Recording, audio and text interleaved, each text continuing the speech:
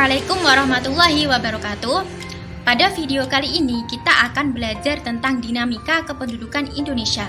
Nah, apa sih dinamika kependudukan itu?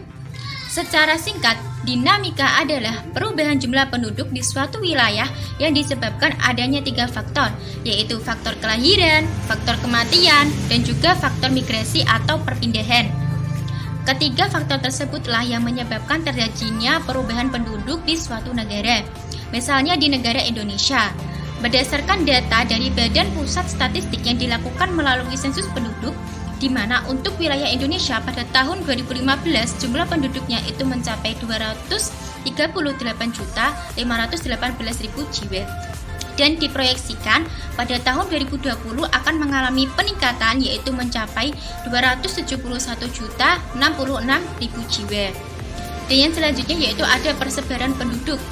Persebaran atau distribusi penduduk merupakan bentuk penyebaran penduduk di suatu wilayah, apakah persebarannya itu sudah merata atau belum. Dan ada beberapa wilayah di Indonesia yang persebaran penduduknya itu belum merata, salah satunya yaitu ada di Papua, di mana persebaran penduduk di wilayah Papua itu rata-rata hanya 4 jiwa per meter persegi. Hal tersebut menunjukkan bahwa persebaran penduduk di wilayah Papua itu belum merata dan dapat berdampak pada pelaksanaan pembangunan di wilayah Papua. Kemudian yang selanjutnya yaitu ada komposisi penduduk. Komposisi penduduk itu dibedakan atas 2, yaitu komposisi penduduk berdasarkan usia dan berdasarkan jenis kelamin. Untuk komposisi penduduk yang berdasarkan usia itu dibagi ke dalam beberapa bentuk. Yang pertama yaitu berdasarkan bentuk usia tunggal. Misalnya usia 1 tahun, 2 tahun, 3 tahun, dan sampai pada 60 tahun atau lebih. Bentuk yang kedua yaitu berdasarkan interval usia tertentu.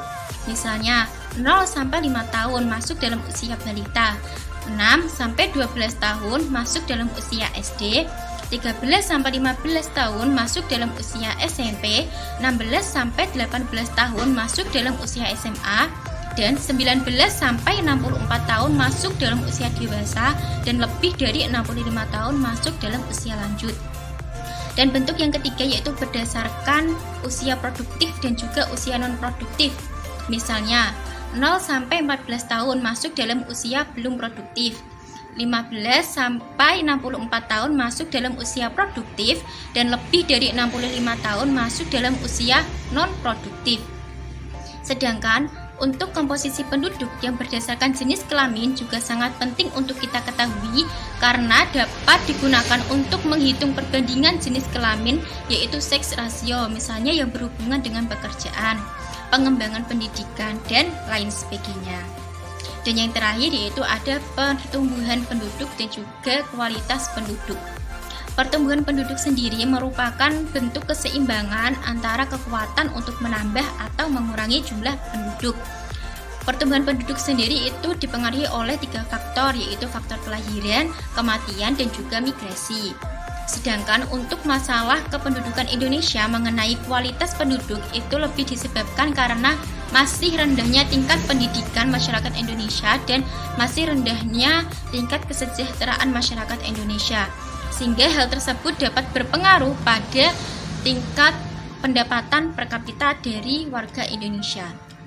Nah, itulah materi sedikit mengenai dinamika kependudukan Indonesia. Semoga bermanfaat. Wassalamualaikum warahmatullahi wabarakatuh.